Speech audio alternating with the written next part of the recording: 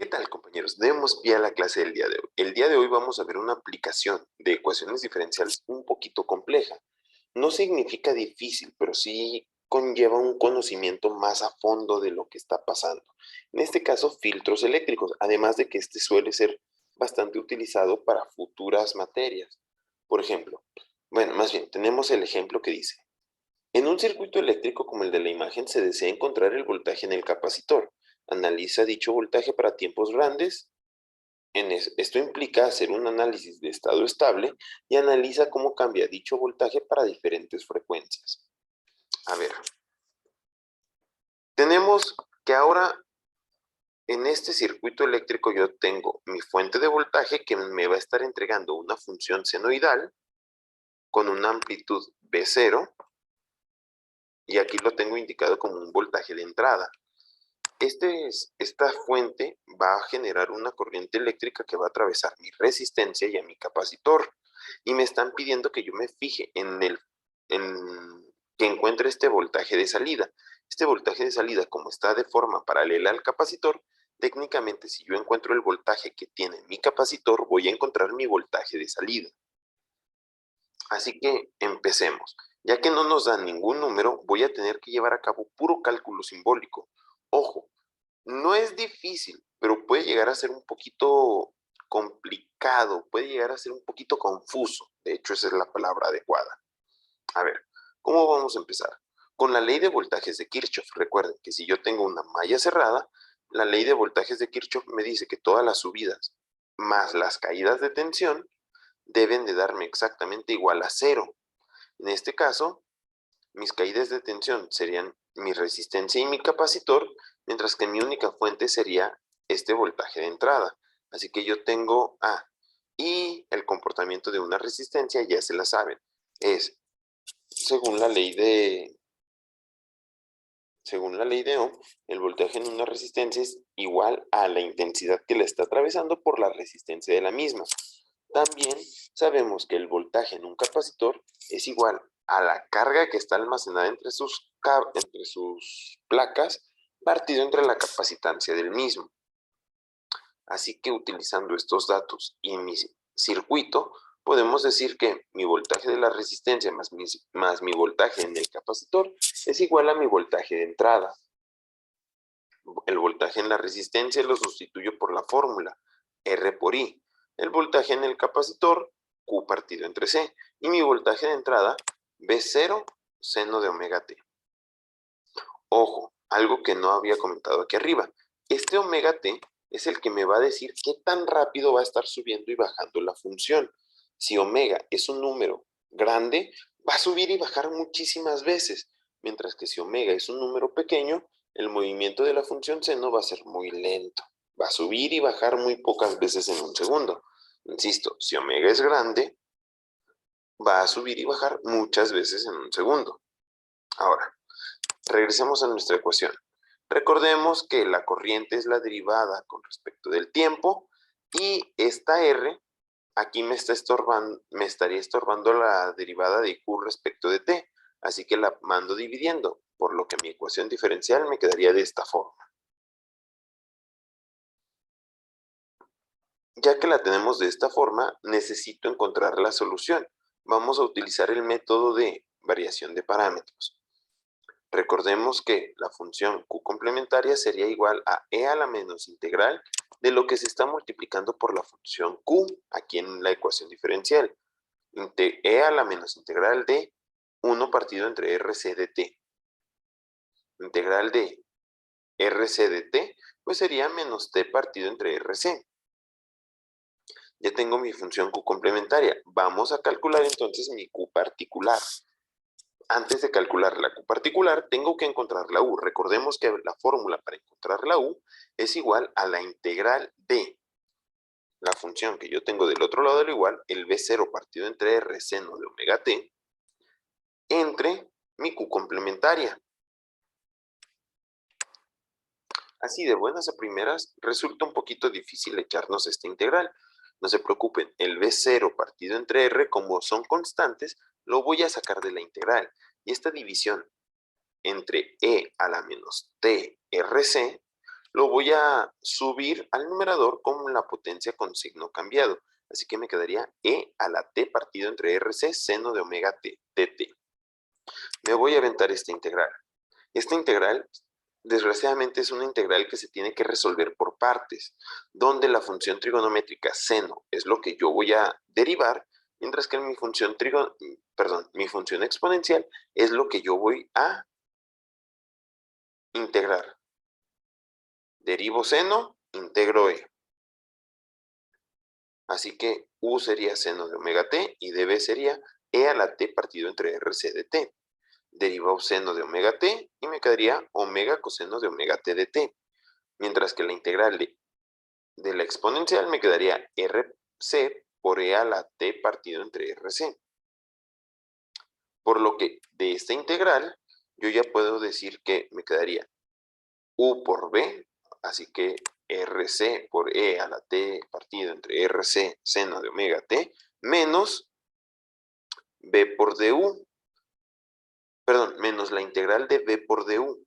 De una vez voy a aprovechar para sacar de la integral las constantes, como lo serían la r que está multiplicando, la c que está multiplicando y la omega que también me quedó multiplicando. Así que me quedaría menos rc omega de la integral de e a la t rc coseno de omega t de t.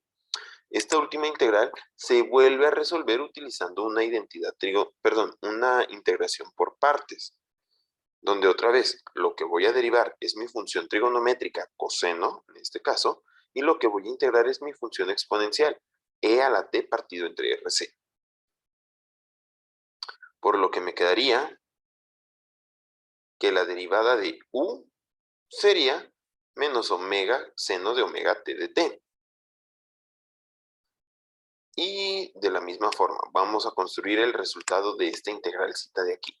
Por lo que me quedaría rc e a la t partida entre rc coseno de omega t menos la integral de rc e a la t partida entre rc por menos omega seno de omega t de t. Evidentemente aquí todavía me hace falta sacar las constantes. No hay bronca, ya que la r, la c y el menos omega lo sacaría multiplicando. Y como aquí afuera ya tengo un menos, el menos del omega con el menos de aquí afuera se convertiría en más rc omega. Y fíjate, este resultado nos regresa a la integral original, integral de e a la t partido entre rc seno de omega t. Lo que significa que esta integral la voy a tener que resolver utilizando el método de las integrales por partes cíclicas. Lo que significa que esto lo voy a sustituir en la integral anterior, en esta de aquí. Por lo tanto, tendría que la integral de e a la t partido entre rc seno de omega t de t sería igual a rc e a la t partido entre rc omega seno de omega t menos rc de omega. Aquí, en lugar de poner esta integral, voy a poner unos paréntesis donde voy a sustituir esto de aquí abajo.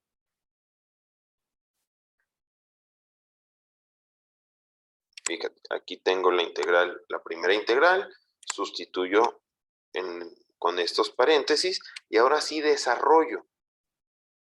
Fíjate, voy a multiplicar menos rc omega por todo lo que está aquí adentro de esta integral. Perdón, por todo lo que está aquí adentro de este paréntesis, por lo que obtendría esto como resultado. Y fíjate, aquí tengo que la integral de la exponencial por la función seno de t es igual a esto menos r cuadrada c cuadrada omega cuadrada de la mismita integral. ¿Cómo se le hace para resolverlo? Fácil.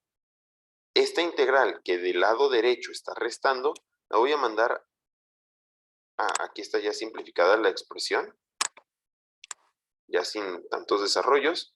Esta integral que aquí está restándose la voy a mandar al lado derecho, sumándose con todas sus constantes, para posteriormente sacar factor común de la integral. Me quedaría integral de t partido entre rc seno de omega t, dt, abres paréntesis, 1 más r cuadrada c cuadrada omega cuadrada. Y esto que aquí me está multiplicando la integral, lo voy a mandar al otro lado dividiendo. Por lo que me quedaría mi expresión de esta forma.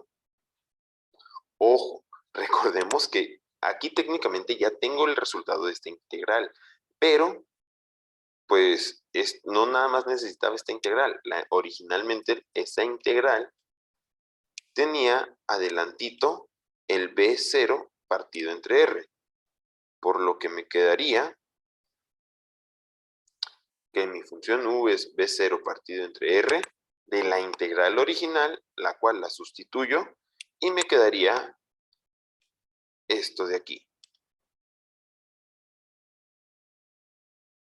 Nótese que ya aproveché y simplifiqué, ya que como aquí afuera tengo esta división entre R, aquí la integral me había quedado una R arriba, aquí ya no la puse, y el B0 ahí está multiplicándose. Lo mismo de este lado, la R se eliminó, bueno, tenía dos R's arriba, con una R de allá abajo se elimina una, la C cuadrada se queda, el B0 se queda, omega. Por lo tanto, ya puedo calcular quién sería mi QP, que es mi función U por mi función QC, obteniendo esto de aquí. Evidentemente lo voy a simplificar, ya que aquí tengo la exponencial con signo positivo y acá la tengo la misma exponencial pero con potencia negativa.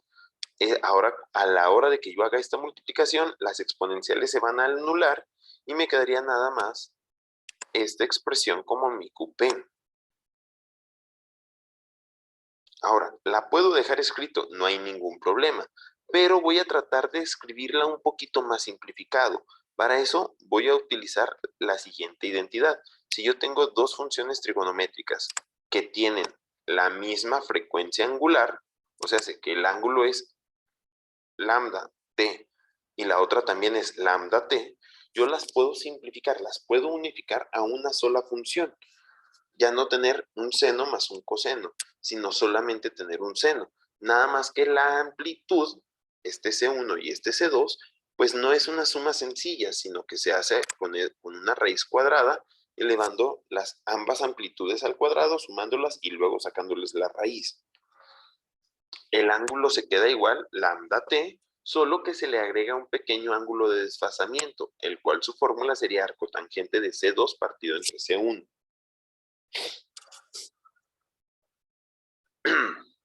Aquí nada más cabe la pena recalcar que si la C1 es negativa, aquí se le tienen que aumentar los 180 grados o en su defecto los pi radianes para que automáticamente se compense.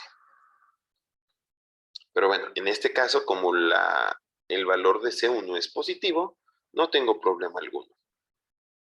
Así que calculemos la nueva amplitud. Me quedaría de esta forma, elevados al cuadrado, por lo que si lo simplifico me queda de esta forma. O, como aquí en el numerador me quedó la raíz cuadrada de 1 más r cuadrada, c cuadrada, omega cuadrado, muy parecido al denominador, voy a simplificar eso y me quedaría en el denominador 1 raíz cuadrada de 1 más r cuadrada, c cuadrada, omega cuadrada.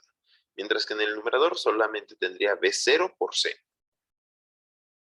Para el ángulo, lo voy a calcular, aunque ojo, en realidad para este problema no me interesa mucho. Me quedaría que es el arco tangente de la magnitud de y, perdón, la amplitud de y partido entre la amplitud de, perdón, la amplitud del coseno partido entre la amplitud del seno. Lo cual, a la hora de que lo simplifico, me quedaría arco tangente de menos RC omega. Así que mi función Q particular la puedo escribir como una suma de dos funciones, seno de omega t y coseno de omega t, o la puedo escribir nada más de esta forma. Si te fijas, está un poquito más compacta, más simplificada, lo cual me va a ayudar para posteriormente hacer análisis sobre esta función. Este sería la carga que tendría mi circuito, mi Q, bueno, este sería mi QP. Primero tengo que plantear la solución general, que sería mi función Q, lo cual resulta bastante sencillo, ya que es una constante por mi Q complementaria más mi Q particular. Ahora sí, en el problema me decía que yo tengo que analizar el estado estable, o en otras palabras, cuando el tiempo se hace positivo. y lo suficientemente grande. Ah, bueno, perdón, este sería la carga que hay en el circuito, pero a mí no me interesa la carga que hay en el circuito, a mí me interesa el voltaje que hay en el capacitor. Por lo tanto, voy a calcular el voltaje en el capacitor. Recordemos que el voltaje en un capacitor es la función de carga partido entre la capacitancia, por lo que me quedaría mi función Q partido entre C, que si lo simplifico, esta constante partida entre C, entre mi capacitancia, sigue siendo una constante. Lo único que sí cambia es el coeficiente de mi Q particular, ya que aquí arriba esa C que yo tenía multiplicándose se va a eliminar con la división entre C. Ahora sí, este sería mi voltaje en el capacitor. Me piden analizarlo en el estado estable, lo que significa que yo voy a suponer que el tiempo es muy grande.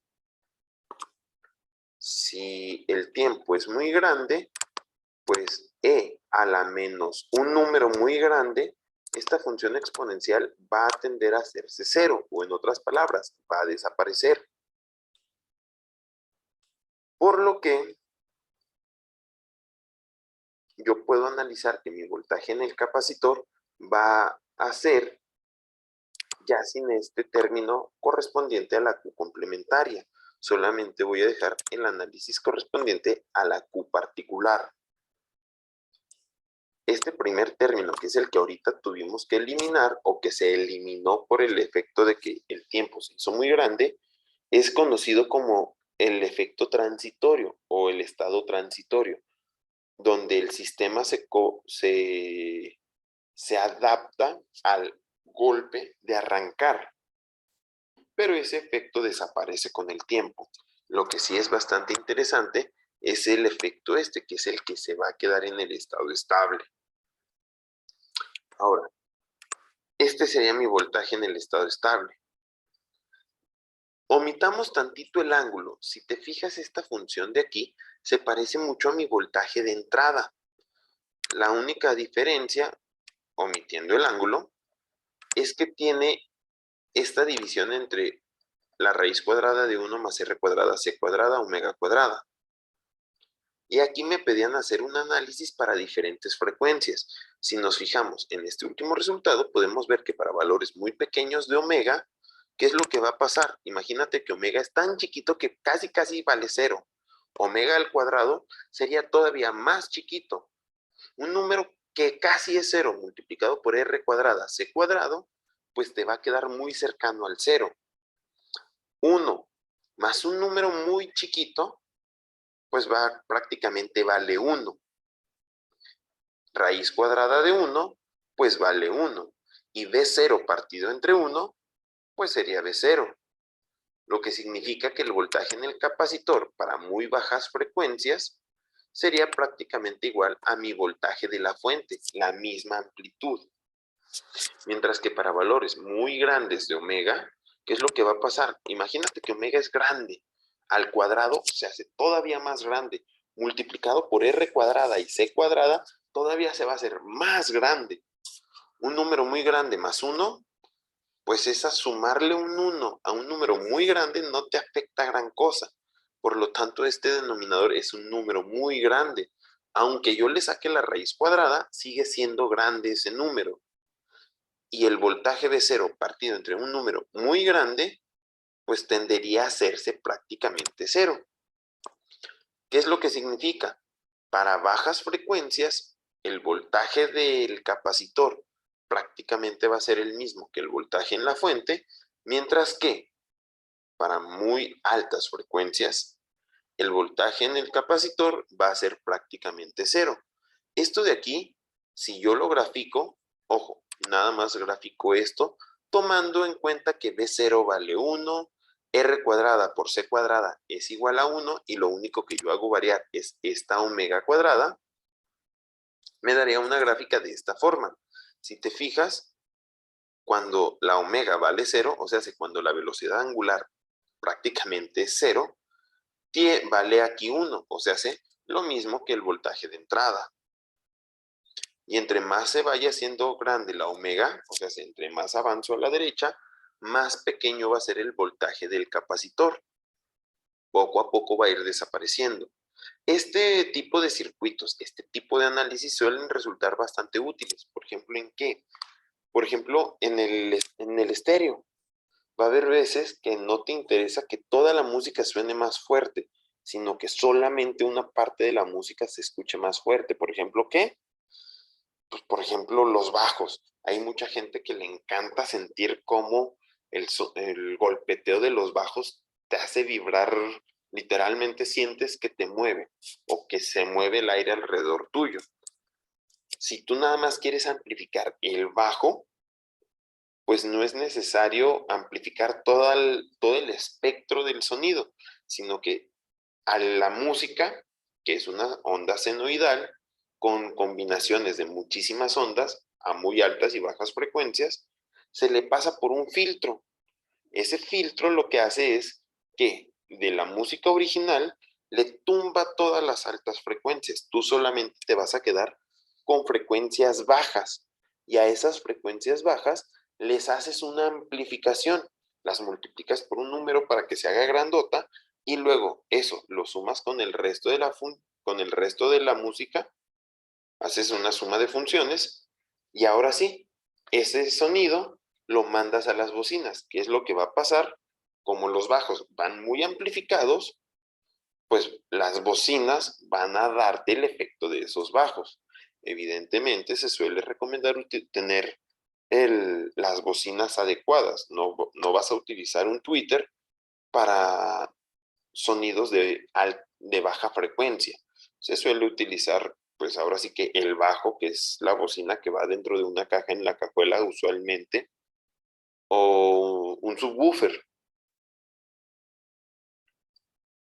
Así como hay filtros como este que son pasa baja, existen otros filtros que son pasa altas, que en esos le quitarías todo lo de las bajas frecuencias y solamente te quedas con los altos. Da la casualidad que los altos en el sonido son los agudos. Por ejemplo, ahí le puedes aumentar a la parte de instrumental, que es lo que suele tener agudos más altos.